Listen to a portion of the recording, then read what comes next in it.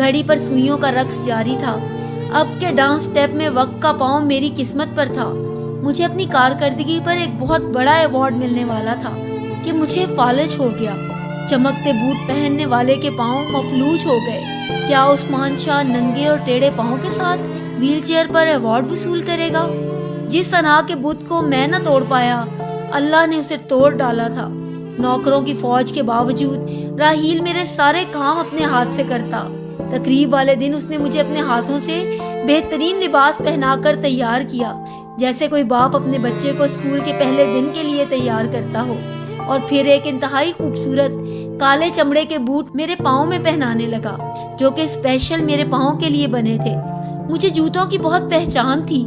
جوتے کسی بہت مہنگی کمپنی پر آرڈر دے کر بنوائے گئے تھے۔ ایوارڈ کے لیے میری ویل چیئر چلانے کے لیے اسپیشل انتظام تھا، مگر راحیل خود میری ویل چیئر چلا کر اسٹیج پر لایا۔ ایوارڈ ملنے کے بعد میرے گال پر بوسہ دیا اور کہنے لگا، آئی ایم پراؤڈ آف یو بابا۔ میں کہنا چاہتا تھا، میں بہت بار راحیل سے کہنا چاہتا تھا، I am proud of you my son, مگر کبھی نہ کہہ سکا۔ وہ ایک بار پھر جیت گیا۔ یہ مائیں بڑی ظالم ہوتی ہیں، ان کی لگائی گرہیں بہت سخت ہوتی ہیں، وقت کے ساتھ ڈھیلی تو پڑ جاتی ہیں مگر کھل نہیں پاتی۔ میرے کان میں اماں کی آواز آئی، بدسات، آج شاید میری انا کا امتحان تھا۔